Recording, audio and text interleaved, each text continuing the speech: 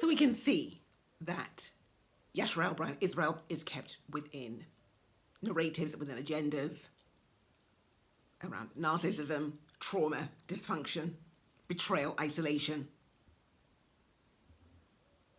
as part of the overall narrative, the parallel narrative around white supremacy, essentially. And this is necessary to counter or to balance that overall agenda. So it is needed to actually maintain Yasharel as a people in this state in order to counterbalance the narratives around white supremacy, essentially, in this overall system. And we can see this really in plain sight. We have the evidence for it from what we can see.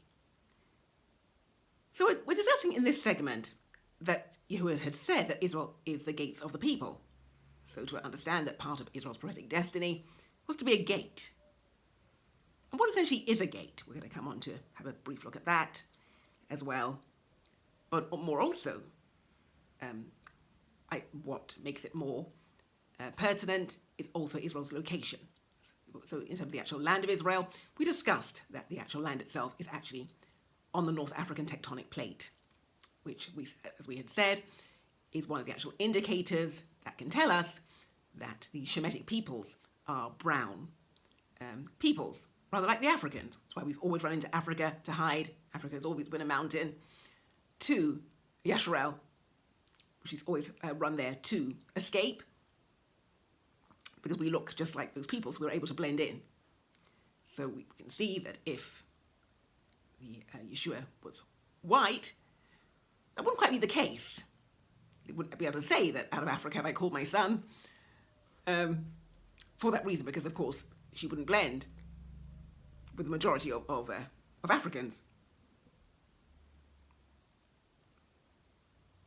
So it's part of the actual prophetic destiny in terms of being a gate also is the location of the land, not only on the North African tectonic plate, but also essentially in the very center of the earth. Because we know that the actual borders given to our father Abraham were from the river of Egypt to the great river Euphrates, with the land of Israel, or the land given to his people. So the lands of Shem, the Shemite lands, actually go much further than that. They extend as far as India, essentially. So, because also the Indians also are also Shemites, also of our peoples, as also are Edom. So what makes the difference then between white Edomites and Indians? The Hebraic connection. So although they're Shemites, they're not Hebrews. So Hebrew does actually refer to our covenant. It's taken after the name of our forefather Eber, in the ancestral line of our forefather Abraham. And we see that it signifies a covenant or a crossing over. So Israel actually crossed over out of the world and came and crossed over into the kingdom of God, essentially, or was separated, to be separated unto a higher. So that's the significance of the covenant and the difference between Shemites in general and Israel. And we also see, just as another additional point of interest, that all the world's major religions essentially come out of Shem. So they're all created by Shemitic peoples. Both Christianity, for instance, and also things like Hinduism, also created by the Shemites. So they are the main branch or order for which spirituality and religions have actually evolved in the main, the most important religions anyway.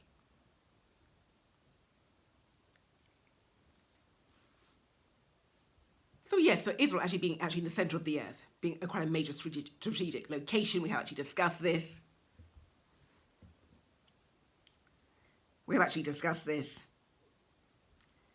and seen that it was always favorably received that Israel was actually put into this position.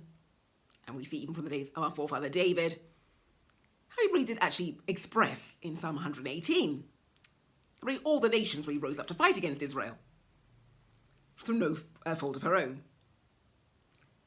Yahuwah had actually said of Israel that my people are a speckled bird, meaning that they are quite resplendent. He's kind of clothed his people with something additional that makes it distinctive, makes it unique, makes it stand out.